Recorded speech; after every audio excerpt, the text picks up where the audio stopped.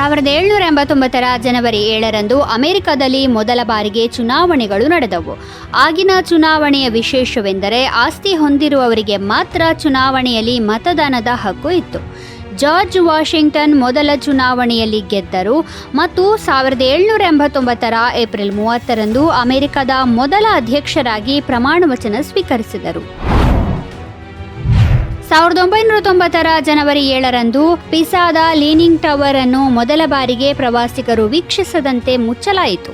ಕುಸಿತದ ಭೀತಿಯಿಂದಾಗಿ ಗೋಪುರವನ್ನು ಮುಚ್ಚಲಾಗಿತ್ತು. ಅದರ ನಂತರ 2001ರಲ್ಲಿ ಮತ್ತೆ ಪ್ರವಾಸಿಗರಿಗೆ ತೆರೆಯಲಾಯಿತು. 11 ವರ್ಷಗಳ ಕಠಿಣ ಪರಿಶ್ರಮ ಮತ್ತು $27 ಮಿಲಿಯನ್ ವೆಚ್ಚದ ನಂತರ ಇದನ್ನು ಪುನಃ ತೆರೆಯಲಾಯಿತು. ಪಿಸಾದ ಈ ಗೋಪುರದ ಇತಿಹಾಸದ ಬಗ್ಗೆ ಹೇಳುವುದಾದರೆ, ಈ ಗೋಪುರವು ಇಟಲಿಯ ಪಿಸಾದಲ್ಲಿದೆ. ಪಿಸಾ ಗೋಪುರವನ್ನು ಲೀನಿಂಗ್ ಟವರ್ ಆಫ್ ಪಿಸಾ ಎಂದು ಕರೆಯುತ್ತಾರೆ. ಈ ಮಿನಾರೆಟ್ಗೆ ಸಂಬಂಧಿಸಿದಂತೆ ಅದು ಅದರ ಅಕ್ಷದಿಂದ 5 ಡಿಗ್ರಿ ಕೋನದಲ್ಲಿ ಓರೆಯಾಗಿದ್ದರೂ ಸಂಪೂರ್ಣವಾಗಿ ಅಖಂಡವಾಗಿ ನಿಂತಿದೆ ಎಂದು ನಂಬಲಾಗಿದೆ. ಇದು ಹಲವಾರು ಪ್ರಬಲ ಭೂಕಂಪಗಳನ್ನು ತಡೆದುಕೊಂಡಿದೆ ಮತ್ತು ಎಂದಿಗೂ ಹಾನಿಗೊಳಗಾಗಿಲ್ಲ.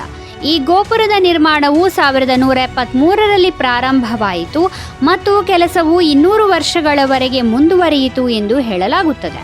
ಪಿಸಾದ ಲೀನಿಂಗ್ ಟವರ್ ಅನ್ನು ವಿನ್ಯಾಸಗೊಳಿಸಿದ ಕೀರ್ತಿ ಬೊನಾನೋ ಪಿಸಾನೋಗೆ ಸಲ್ಲುತ್ತದೆ. ನಾವು ಸಾಮಾನ್ಯವಾಗಿ ನಮ್ಮ ಮೊಬೈಲ್ ಫೋನ್, ಟ್ಯಾಬ್ಲೆಟ್ ಅಥವಾ ಲ್ಯಾಪ್ಟಾಪ್ನಲ್ಲಿ ವೈಫೈ ಮೂಲಕ ಹೆಚ್ಚಿನ ವೇಗದ ಇಂಟರ್ನೆಟ್ ಅನ್ನು ಉಪಯೋಗಿಸುತ್ತೇವೆ. ಆದರೆ ವೈಫೈಯನ್ನು ಕಂಡುಹಿಡಿದವರು ಯಾರು ಅಂತ ನಿಮಗೆ ಗೊತ್ತಾ? ಅಮೆರಿಕನ್ ಸರ್ಬಿಯನ್ ಸಂಶೋಧಕ ನಿಕೋಲಾ ಟೆಸ್ಲಾ ಅವರನ್ನು ವೈಫೈ ಪಿತಾಮಹ ಎಂದು ಕರೆಯಲಾಗುತ್ತದೆ. ಅವರು 1943 ಜನವರಿ 7ರಂದು ನ್ಯೂಯಾರ್ಕ್ನಲ್ಲಿ ನಿಧನರಾದರು. ಮನುಕುಲದ ಸಂಪೂರ್ಣ ಇತಿಹಾಸವನ್ನು ಬದಲಿಸಿದ ಶತಮಾನದ ಕೆಲವೇ ಶ್ರೇಷ್ಠ ವಿಜ್ಞಾನಿಗಳಲ್ಲಿ ನಿಕೋಲಾ ಟೆಸ್ಲಾ ಒಬ್ಬರು. ಅವರು ಅತ್ಯಂತ ಕಷ್ಟಕರವಾದ ಗಣಿತದ ಸಮಸ್ಯೆಗಳನ್ನು ಸಹ ತಮ್ಮ ಮನಸ್ಸಿನಲ್ಲೇ ಪರಿಹರಿಸಬಲ್ಲವರಾಗಿದ್ದರು. ನಿಕೋಲಾ ಟೆಸ್ಲಾ ತನ್ನ ಜೀವನದಲ್ಲಿ ಅನೇಕ ಆವಿಷ್ಕಾರಗಳನ್ನು ಮಾಡಿದ್ದರು. ಎಲೆಕ್ಟ್ರಿಕ್ ಮೋಟಾರ್, ಎಕ್ಸ್ರೇ ತಂತ್ರಜ್ಞಾನ, ರೇಡಿಯೋ, ಎಸಿ ಕರೆಂಟ್ ಮುಂತಾದ ಆವಿಷ್ಕಾರಗಳು ಅವುಗಳಲ್ಲಿ ಕೆಲವು.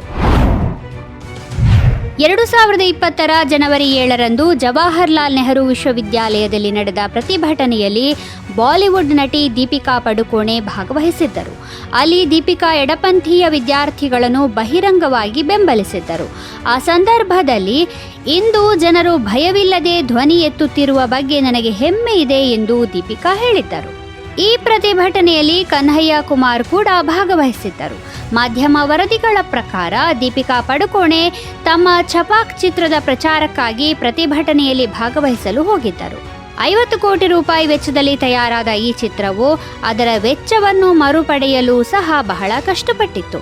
ಈ ಚಿತ್ರ ಬಾಕ್ಸ್ ಆಫೀಸ್ನಲ್ಲಿ ಕೇವಲ 55.44 ಕೋಟಿ ರೂಪಾಯಿ ಗಳಿಸಿತ್ತು. 1981 ಜನವರಿ 7ರಂದು ಭಾರತೀಯ chess grand master Krishnan Sasikiran ಚೆನ್ನೈಯಲ್ಲಿ ಜನಿಸಿದರು. ಶಶಿಕಿರಣ್ 2000ನೇ ಇಸವಿಯಲ್ಲಿ ಕಾಮನ್ವೆಲ್ತ್ ಚಾಂಪಿಯನ್ಶಿಪ್ನಲ್ಲಿ ಗ್ರ್ಯಾಂಡ್ ಮಾಸ್ಟರ್ ಪ್ರಶಸ್ತಿಯನ್ನು ಗಳಿಸಿದ್ದರು.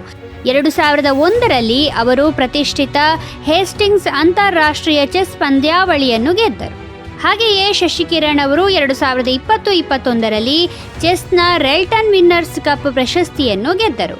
ಈ ಸ್ಪರ್ಧೆಯ ಅಂತಿಮ ಪಂದ್ಯದಲ್ಲಿ ಅವರು ರಷ್ಯಾದ ಗ್ರ್ಯಾಂಡ್ ಮಾಸ್ಟರ್ ಅಲೆಕ್ಸಾಂಡರ್ ಶಿಮನೋವ್ ಅವರನ್ನು 2-0 ಅಂತರದಿಂದ ಸೋಲಿಸಿದರು.